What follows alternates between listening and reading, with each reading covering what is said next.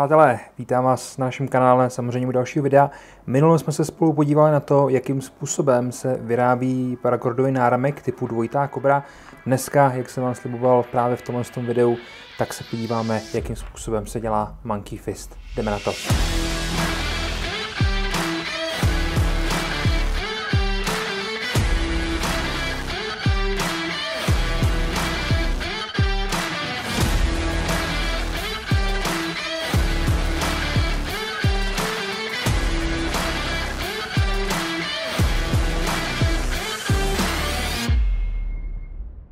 Na začátku, co to je Monkey Fist? Jedná se o takovýhle doplněk, který sebou můžete nosit jako své EDCčko, a je to poměrně slušná obranná věc, jelikož máte nějakou dílku, samozřejmě můžete si to uplíst tak, že to bude trošku delší nebo trošku kratší a vlastně můžete to využívat na nějakou obranu. Uvnitř je ocelová kulička, takováhle pěkná 20 mm a věřte mi, že s tím jde napáchat spousta škody, samozřejmě v rámci obrany, tak jak nám to umožňuje zákon. Takže dneska se podíváme na tohleto. Hnedka na začátku, pokud vám to nepůjde na první dobrou, nic si z toho nedělejte, sám jsem se to učil docela dlouho, právě proto vám chci ukázat, jak to dělám já, proč jsem si právě zvolil ten kroužek, ačkoliv je to asi očividný, proč tady mám dál upletenou takový madlo a tak dál. Takže, jak říkám, když vám to nepůjde hned na začátku, vůbec si z toho nic nedělejte, protože tohle opravdu není úplně taková sranda, jako je právě například ta dvojitá kobra, kterou jsme dělali předtím. No, co k tomu budeme potřebovat? Budeme k tomu potřebovat samozřejmě nějaký parakord, budeme k tomu potřebovat tu ocelovou kuličku, budeme potřebovat ten kroužek, nůžky, metr, zapalovač, takový standardní věci, jako jsme měli například právě u té kobry jako takový. To si můžeme dát stranou, jelikož tady už nebudeme potřebovat. Kolik budete potřebovat na Monkey Fist tohohle z toho charakteru? Pokud se bavíme o tomhle, stačí vám 235 cm, tedy 2 metry a 35 cm toho kordu, toho lanka jako takového. Pokud budete chtít něco dalšího, musíte se sami vyzkoušet, jakým způsobem to bude vypadat, jakým způsobem to bude vlastně vycházet. No a pokud byste náhodou chtěli udělat na konci i takovýhle jako uzamčení vlastně těch provázků, těch kordů jako takových, tak vám k tomu ještě bude potřeba mikrokord nebo respektive i nanokord, záleží, jakým způsobem to budete chtít dělat. Ten můžeme použít třeba takovýhle šílený zelený, samozřejmě není to nic účelného, nebudu to dělat na krásu, ale chci vám ukázat, jakým způsobem se to vlastně dá udělat. Takže hnedka na začátku. Odměřte si 235 cm toho parakordu jako takového. To je asi to nejdůležitější, co potřebujete. Pěkně si uzamkněte ty konce. Jde o to, aby byly co nejvíc plochý, aby úplně nevystupovaly, aby krásně spíš navazovaly na tu konstrukci, na tu šířku jako takovou a neměly nikde žádný ostrý konec, aby se vám to potom nezasekávalo. To je první důležitá věc. Jako druhá, vezmete si ten kord a odměříte si 65 cm od konce. 65 cm, chytnu si to a ten konec, tu část si chytnu mezi prsteníček a mezi palec. Jo, hodně důležitý. Jak si to chytnete, tak můžete začít navíjet. A budeme navíjet 4krát, jelikož víme, že na 20 mm kuličku jsou potřeba 4 ovinutí. Takže uděláme jednou, 2krát, 3krát a 4krát. To znamená, mám 4 vepředu a mám 4 vzadu. V tuhletu chvíli já si vezmu ten konec, obtočím si ho tímhle tím způsobem kolem prsteníčku a protáhnu to touhle dutinou. Jo, jak jsem říkal, vůbec si z toho nic nedělejte, že vám to bude někde skákat, lítat. Všechno se to naučíte. Jo, že ho začnu protahovat tady, hezky takhle a zase 4krát. Jo. Takže 1, 2,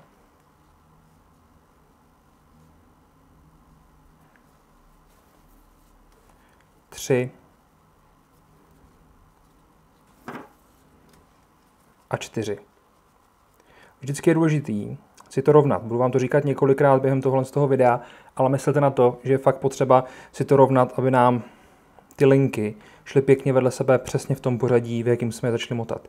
Když to tak nebude, nevyjde to hezky, zároveň se vám to bude špatně dotahovat a není to vlastně potom, nemá to ten účel, který potřebujeme. Takže 4 vepředu a 4 vzadu.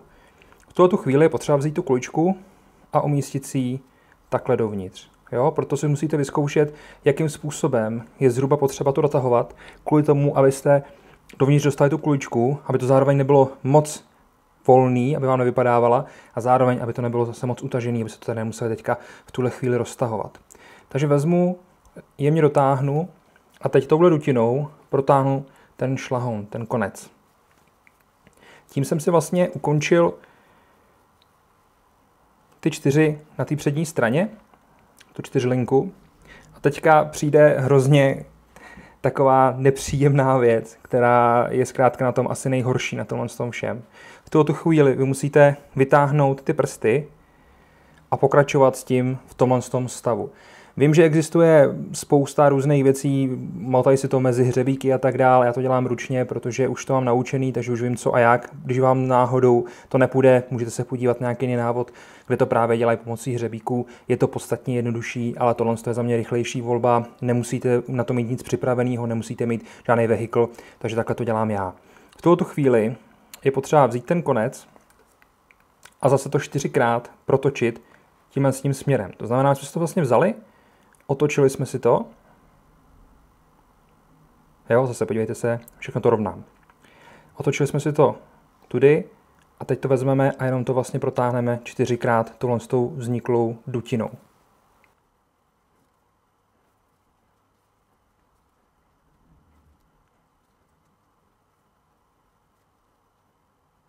A 4, jo? 4 a z druhé strany 4.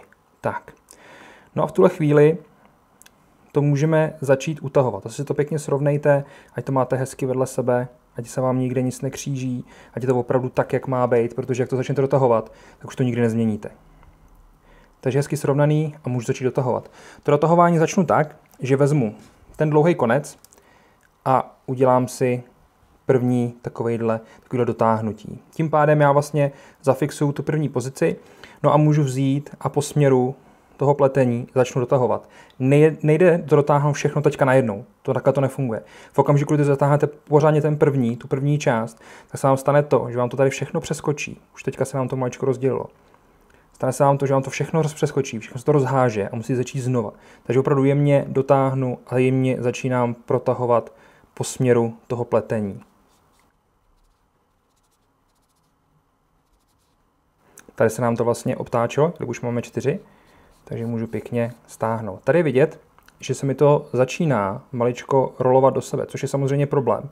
V tu chvíli já nemůžu úplně tolik utáhnout tyhle 4 linky, musím je nechat víceméně stejný, ale jenom jemně je přitáhnout. Jelikož kdybych je přitáhnul hodně, tak ty poslední 4 linky, které jsme dělali, což jsou vlastně tyhle, se tím úplně rozhodějí. A jak říkám, musíte začít od znova, anebo to zkusit jakoby celý povolit, ale věřte mi, že to úplně nejde. Jak jednou se vám tohle stane, tak už je to potom velice špatně napravitelný. Vždycky si hlídejte, že opravdu to je 3., 4. linka za sebou, abyste netahali vždycky za nějakou jinou, jelikož si to taky můžete rozhodit. Jo? Takže je potřeba na to myslet i takhle.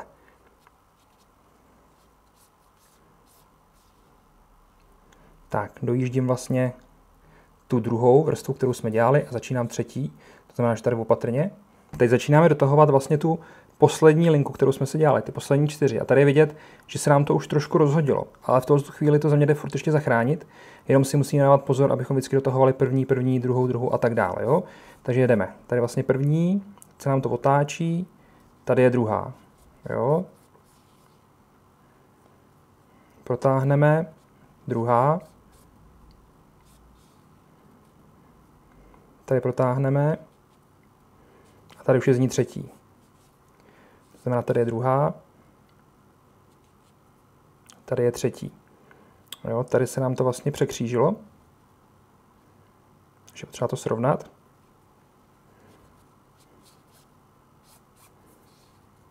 Třetí, tady to protáhneme a tady už je 4. Jo, 4. Tak a jsme na konci. Takhle nějak by to mělo vypadat, když chcete, aby se vám to podařilo stáhnout pěkně. To znamená, mám 4 linky, hezky znatelný vedle sebe, 4 linky. Zkrátka na všech stranách jsou ty linky tak, že jsem schopný říct, která je která, kolikátá je kolikátá. No a v tuhle chvíli asi vám je jasný, co se bude dít dál.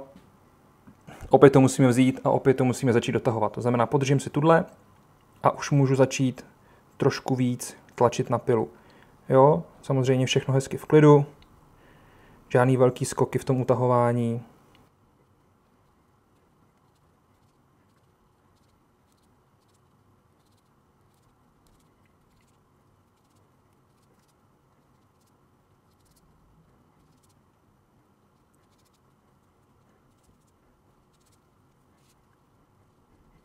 Tak, zase jsme to stáhli o nějakých zhruba 10 cm a můžeme celý proces opakovat.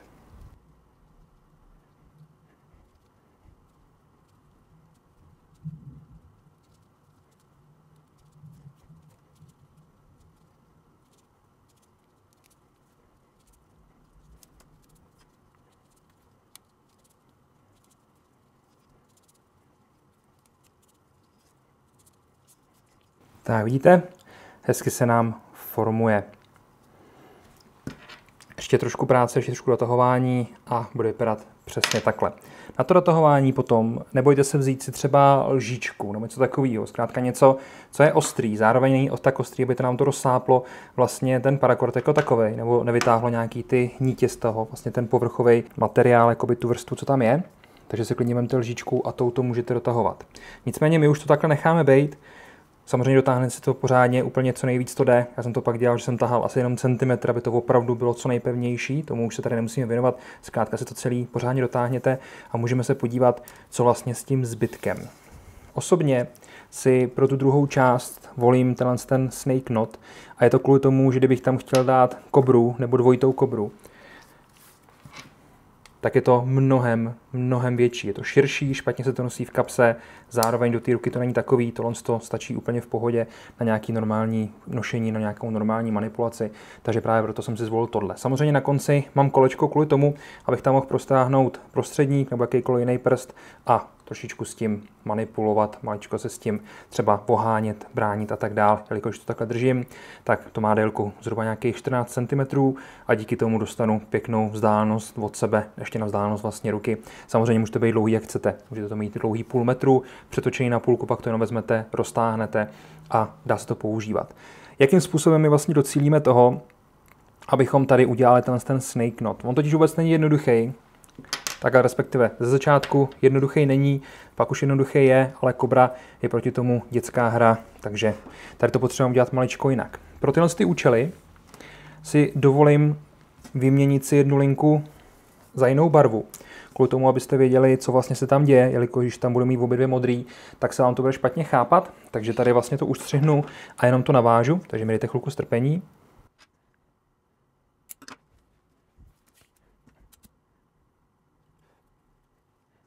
Ten styl toho navázání jsme si ukazovali v tom videu ohledně těch náramků, takže jestli chcete, tak se tam klidně podívejte, nechci se tím tady úplně zdržovat, ale tady mi to dává ještě větší smysl, jelikož tady můžeme předpokládat to, že s tím budeme manipulovat mnohem víc, než například právě s tím náramkem, takže tady potřebuji, aby to opravdu drželo ještě víc. To, že je to ošklivý, vás vůbec nemusí zajímat, jelikož to skryjeme dovnitř do toho náramku jako takového, respektive do toho náramku, do toho držadla. V tuhle chvíli si tedy vezmeme prakticky to očko, tenhle průvlek a umístíme si ho tak, aby nám ty dvě žíly toho monkey fistu směřovaly směrem od shora dolů. Takže máme pěkně z obou dvou stran. To, co vy musíte udělat, je začít s tím úvodním uzlem u toho snake knotu. Jak jsem říkal, není to taková sranda, jako je to například u té dvojité kobry jako takový. Tady to vlastně vezmeme tady tu modrou, protáhneme to pod kompletně celou tou konstrukcí, tedy pod těma 3 linkama jako takovejma a uděláme tady takovejhle loop, takovouhle smyčku jenom malou. Nic těžkého, jenom tím způsobem protáhl jsem to pod tím, a takhle krásně se mi to překrývá vlastně tady nahoře na levé straně. Tak a tady na pravý mám vlastně ty dvě linky jdou přes sebe. V tu chvíli my vezmeme zelenou a tu zelenou přetáhneme přes a ze zadní části ji vyvedeme s tou vzniklou dutinou. A vyvedeme ji tak, aby nám to šlo vlastně pod tou linkou. To znamená, vzal jsem zelenou, tedy tu druhou stranu, pořád se držím, aby to bylo hezky srovnaný. Vzal jsem zelenou, přetáhnul jsem to přes všechno, co tady mám, a provlíknul jsem to touhle s tou smyčkou, co je na té modrý. A vytáhnu to spodem. Ne vrchem, ale spodem. V tu chvíli máme hotový ten základní uzel toho snake knotu jako takovýho. Teď to musíte jenom vzít a musíte to utáhnout. Tak v okamžiku, kdy to máte stažený, utažený, tak můžeme pokračovat dál. Nedělejte si starosti s tím, jestli vám to tady nahoře úplně trošku nesedí, ono se to za chviličku celý dotáhne, takže v pohodě. V tuto chvíli já si vezmu tu modrou část, která mi vlastně vychází tudy, mám ji takhle pěkně přes to, tu si vezmu a obtočím ji okolo toho celého a protáhnu ji tudy. Jo? Takže tady si to povolím, je to vlastně ta smyčka na té zelený, a protáhnu to skrz.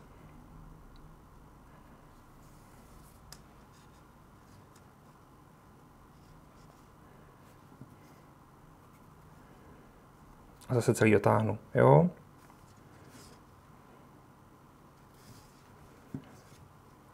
No a teďka už to přestává být složitý a začíná to být celý kompletně jednoduchý. Celý ten náramek si otočíme. Já říkám furt náramek, víte, že myslím Monkey Fist. A zjistíme, že tady máme dvě modrý nad sebou a zelená nám jde zprava. Takže já vezmu tu zelenou, kompletně ji protáhnu pod všema těma třema linkama. Tady to povolím.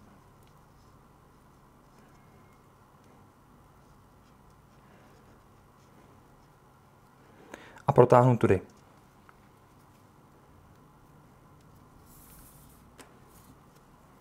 Jo, a celý to dotáhnu.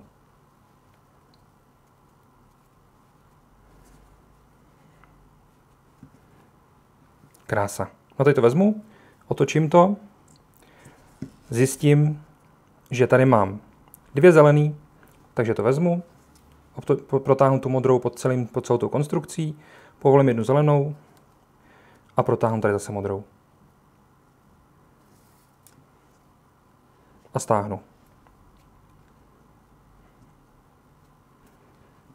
Jo, nezapomeňte to pěkně stahovat a zároveň to i dotahovat vlastně k tomu kroužku jako takovému, ať je to pevný, ať to má nějakou konstrukci, ať to má nějakou bytelnost.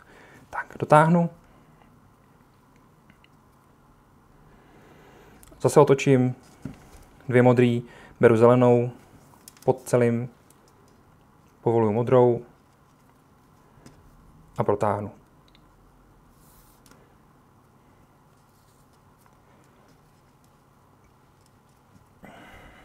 Otočím a opakuju. Do té doby, dokud buď to máte parakord, anebo dokud si neřeknete, že už to stačí ta délka a nechcete to mít to držadlo další. Takže se pojďme přeskočit nějaký časový úsek.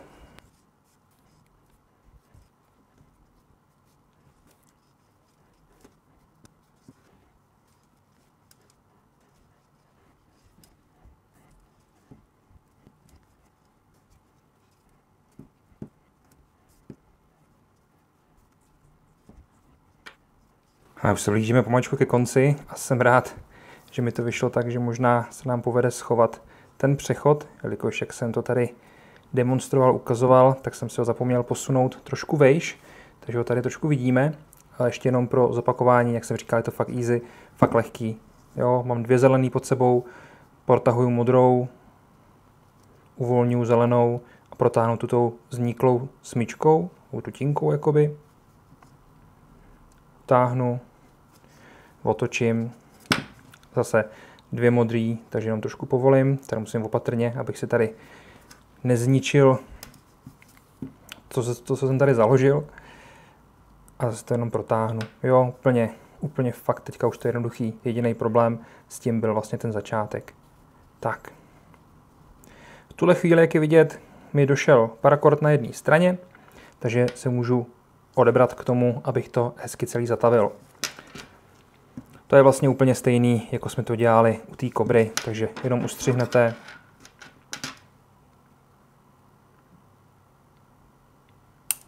Vždycky je potřeba si tam kousíček nechat.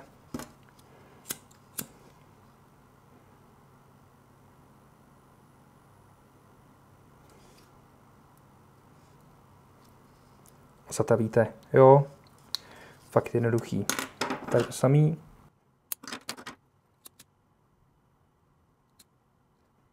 Tak, zatavíme. Máme to hezky zatavený, teď si to můžeme trošku srovnat, aby nám tam zmizel ten přechod. No, jakž takž, dejme tomu. Trošku jsme se bál té zelenomodré kombinace, nakonec to asi není podle mě tak hrozný. Co myslíte? Poslední věc, jak jsem říkal, tady na konci dělám krátkou, jednoduchou kobru, kvůli tomu, aby se mi to takhle vlastně různě nepřekrucovalo, ale aby to hezky drželo u sebe. Tam to je jednoduchý, vezmete si zkrátka nějakou délku toho mikrokordu jako takového. Stačí 10 cm, 15 záleží, jak to chcete mít dlouhý. Samozřejmě ho zatavíme. A tady ohledně okolo toho uděláme tu kobru. Tam už jsme si říkali, jakým způsobem to vlastně dělat. Jestli chcete, můžeme to tady zopakovat. Protáhnu si to hezky pod tím. A jdu přes a spodem. Jo. Vezmu to z levé strany, hezky přes spodem. Dotáhnu, srovnám si to tak, abych měl ten uzlík na jedné straně. Teď mi to vychází vrchem, takže pravá strana přes a spodem. Jo, úplně krásný, jednoduchý. Tady to není vůbec složitý, jako byl například ten fist jako takovej samotný. Zase levá strana mi vychází, že směřuje dolů, takže přes a spodem. Záleží pak, kolik vlastně a jaký tam chcete udělat. Nemusíte to dělat vůbec, já to dělám z toho důvodu, protože se mi to líbí víc. Přijde mi to takový ucelenější. Ještě si uděláme jednu.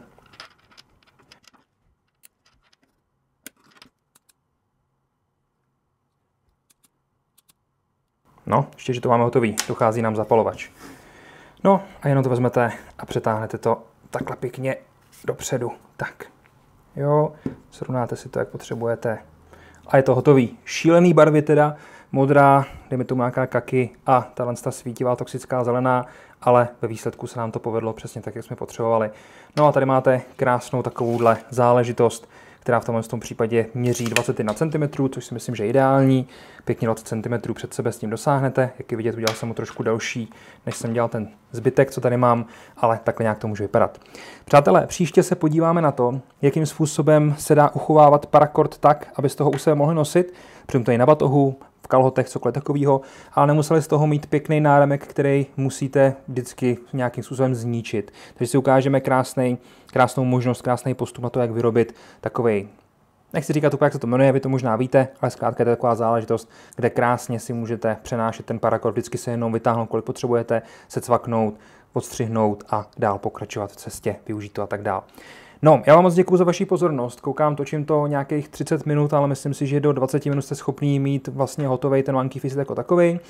Měl jsem tady nějaký přípravy a tak dál, takže tak. Děkuju moc, mějte se krásně ještě jednou a někdy příště se na vás budu těšit, takže ahoj.